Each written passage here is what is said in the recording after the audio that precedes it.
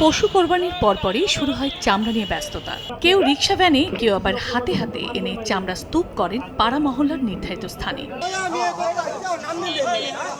বেলা বাড়ার সঙ্গে সঙ্গে বাড়তে থাকে চামড়ার স্তূপ। বিভিন্ন মাদ্রাসা কমিটির উদ্যোগে এলাকা ভেদে চলে চামড়া সংগ্রহ। এলাকা ঘুরে কোরবানির পশুর চামড়া কেনেন মৌসুমী ব্যবসায়ীরা। তবে গত বছরের মতো এবারও চামড়ার দাম নিয়ে শঙ্কায় ব্যবসায়ীরা। ঢাকার বাইরে সরকার 1000 টাকা দাম নির্ধারণ করে দিলেও বিক্রি হচ্ছে এর চেয়ে কম দামে। এবার প্রতিটি গরুর চামড়া বিক্রি হচ্ছে 500 থেকে 700 টাকায়, আর ছাগলের চামড়া বিক্রি হচ্ছে মাত্র 5 থেকে 10 টাকায়। চামড়াটা আমরা কিনতে হলো 1200-1300 টাকা, কিন্তু এখানে আমরা বিক্রি করলাম 1000 টাকা পিস।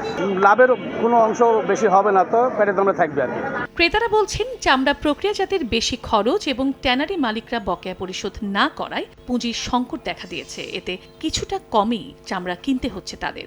চামড়া সংরক্ষণের মূল উপকরণ লবণের বাড়তি দাম নিয়েও আছে দুশ্চিন্তা। এখন জন্ম সনদ দিয়ে খোলো বিকাশ স্টুডেন্ট অ্যাকাউন্ট। নিজের বিকাশ নিজে কর। আমার বিভিন্ন ট্যানারির কাছে টাকা পাওনা আছে, আমার কোনো টাকা তারা দেয় না। এবছর মাত্র 4 লক্ষ টাকা একজনে দিছে মিতালি ট্যানারি। এই 4 লক্ষ টাকা দিয়ে আমি লবণ কিনবো না চামড়া কিনবো। বাণিজ্য মন্ত্রণালয় এবং ক্যানার্স অ্যাসোসিয়েশনের যৌথ যে নির্ধারিত দাম সারা দেশে বেঁধে দেওয়া হয়েছে, আমরা ওই নির্ধারিত দামের মধ্যেই চামড়া কেনা বেচা করছি। এবছর ঢাকায় প্রতি বর্গফুট লবণযুক্ত গরুর চামড়ার দাম 60 টাকা এবং রাজধানীর বাইরে 50 থেকে 55 টাকা নির্ধারণ করা হয়েছে। চন্দ্র বিশ্বাস, পবি, সময় সংবাদ।